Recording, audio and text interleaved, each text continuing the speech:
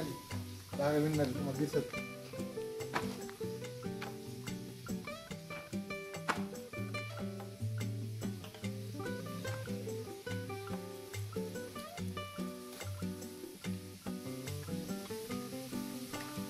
त्याच्यामध्ये मुख्य म्हणजे धोका हे बुरशीचा. जी खाली बुरशी दिसते त्या बुरशीचीच काळजी घ्यायला लागते आपल्याला. बाकी कुठली रोगराई वगैरे काही नाही आहे.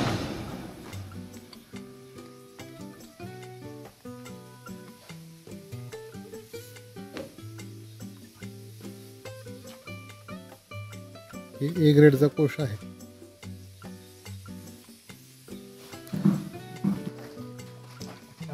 घेऊन या आता. 500 कडून रेट लागेल आपल्याला. चांगलं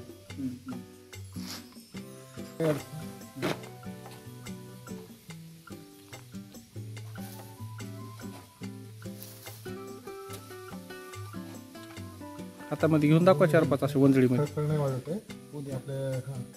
अजून कोश विणणं चालू आहे आळी म्हणून जबरदस्त छान आहे ना. तरी क्वांटिटी किती बसेल एक अंदाजे? काय एक लमसम किलोमध्ये काय करा आता? वजनात आहे का आपल्याकडे?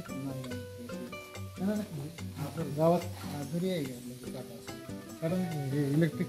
हो राहतं नंतर चेक करा. उद्या काढल्यानंतर वाटलं तिथं घेऊन येऊन कोश चेक करायचे वजन त्याच्यामध्ये. आम्हाला छान मार्गदर्शन खूप मिळालं. छान केले. हो काढल्यांचं इतकं आभार मानतो की कमी.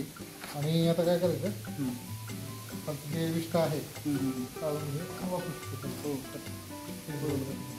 जे काही झाडं समजा काढायचं चुना मारून घ्यायचा पूर्ण.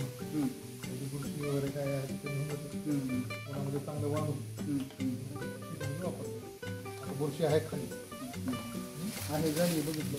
आपल्या बुरशी खाली इथे बघितलं इकडे जास्त. हो पण ते शेवटच्या टप्प्यामध्ये बुरशी आल्यामुळं काही आपल्याला असा अडथळा आलेला नाही समजा की. आम्हाला ती चिंता होती कारण सगळ्यात नाजूक अवस्थेमध्ये बुरशी आणि पांढरी. हा हे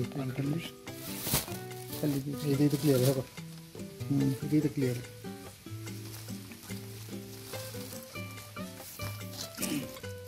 त्याच्यामुळे रोगराई झडते का?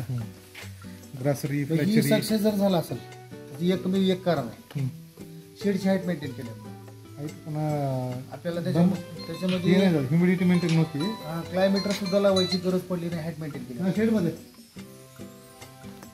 रात्री चर्चा झाली त्यावेळेस आपण एक लमसम समजा कोणी 15 म्हणले असतील कोणी 16 म्हणले असतील हाईट घ्या म्हणून. पण आपण कसं आहे दुहेरी उद्देशानं आपण काय केलं किंवा 100% सेंटरला 20 फूट आणि इकडे 17 फूट. ते सुरुवातीलाच विचार केला आपण किंवा आपण ही गोष्ट परत होत नाही होत. आणि त्या गोष्टीमध्ये आपण स्वतः कलाकार असल्यामुळे total A to Z total सगळं काम मी केलेलं आहे तुम्हाला माहिती आहे. त्याची पावती सुद्धा द्यायची गरज नाही मला.